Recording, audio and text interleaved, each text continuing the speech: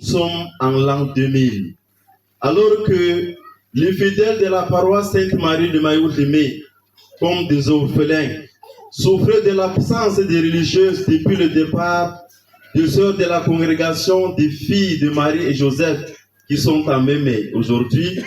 Parti 2 ans plus tôt, le vent de la grâce du jubilé de l'an 2000 n'a pas laissé stérile leurs prières. Le 15 septembre l'an 2000 exactement, comme les 3 mages venus de très loin de l'Orient, adorer le petit Jésus couché dans la crèche à sa naissance à Bethléem, le sœur Maïma, Mary et Lisa sont envoyées de l'Inde par Dieu pour donner une lueur d'espoir aux populations de Mayotte-Limé et ses environs. À l'époque, nous étions habitués à voir les missionnaires européens, les frères, les sœurs venus de l'Europe. Mais cette fois-ci, c'est extraordinaire. Des religieuses indiennes, ici chez nous. Comment c'est possible? Je n'ai jamais imaginé une telle réalité, mais Dieu l'a rendu possible. Pour arriver, en plus de la langue française qu'elle maniait à peine, les sœurs se sont mises immédiatement à l'école des langues locales, notamment le Madal, le Démé et puis le Moyen.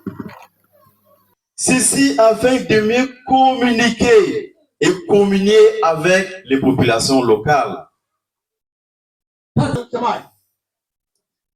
Les rêves et les projets des sœurs étaient tellement nombreux qu'on se demandait si elles arriveraient à les réaliser.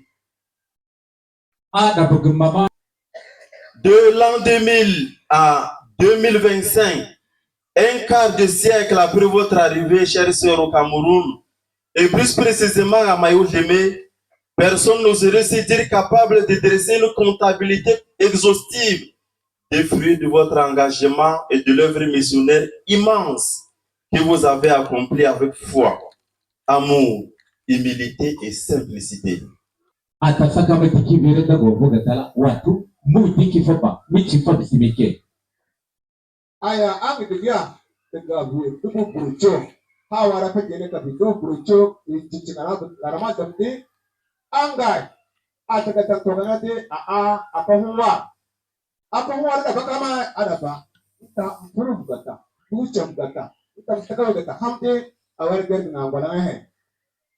En effet, votre engagement, chère sœur, et votre action missionnaire dépasse largement les frontières des réalisations matérielles que les yeux physiques peuvent voir.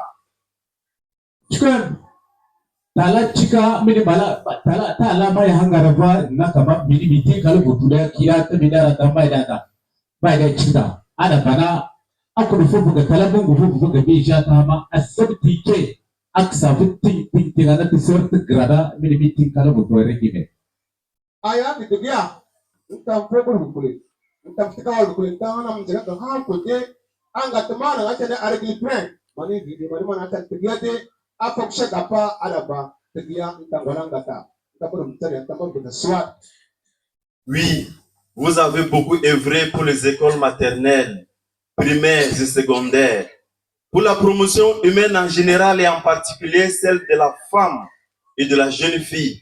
Vous avez donné la vie à beaucoup de personnes. Vous avez redonné les forces à ceux qui n'en avaient pas. Vous avez élevé les tout petits, les personnes oubliées dans nos montagnes. Ça, on ne peut pas faire la comptabilité de ça. C'est Dieu seul qui est capable d'en faire la comptabilité. Merci beaucoup.